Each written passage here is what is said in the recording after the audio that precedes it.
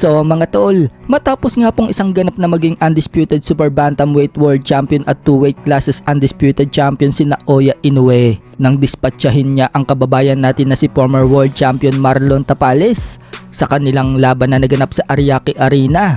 2 araw na ang nagdaan. Sinabi nga po ni Inoue mga tol sa isang interview na ito na daw ang pinaka-intense na naging laban niya sa buong nagdaan niyang mga laban. Pero sobrang nag-focus daw siya sa laban dahil sa pag-charge sa kanya sa corner niya. Nagulat nga din daw si Inoue mga tol nang mapabagsak daw si Tapales sa round 10 dahil hindi naman daw nagpakita ng patig o damage sa mukha itong si Tapales. Kaya nagulat na lang bigla si Inoue nang bumagsak itong si Tapales. Ayon naman kay Tapales mga tol sa isang latest interview mula sa Play It Right TV na pinapangunahan ni Kinito Henson, mas malakas pa nga daw yung tumamang suntok sa kanya sa round 4 kung saan siya bumagsak kaysa daw sa round 10. Maging si Tapales, hindi niya alam kung bakit siya tumumba sa round 10. Pinilit daw niyang tumayo pero hindi na daw kaya ng paa niya na tumayo pa. Nang tanungin si Tapales kung malakas daw ba talaga ang suntok ni Inoue, sinabi ni Tapales na hindi naman daw ganun kalakas si Inoue. Nahirapan lang daw talaga siya dahil mabilis si Inoue at hindi daw niya masabayan. Dagdag pa ni Tapales, mahuhuli daw niya sana itong si Inoue kung nakipagsabayan daw sa kanya. Ang leksyon umano na natutunan niya sa labang kay Inoue, dapat daw ibigay mo lahat ng makakaya mo.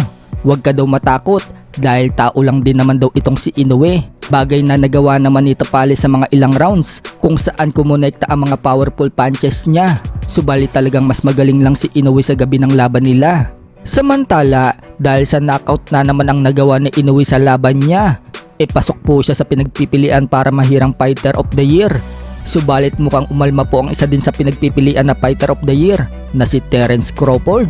Banat kasi ni Crawford mga tol, siya lang daw yung fighter na tumalo na nasa top 5 pound for pound.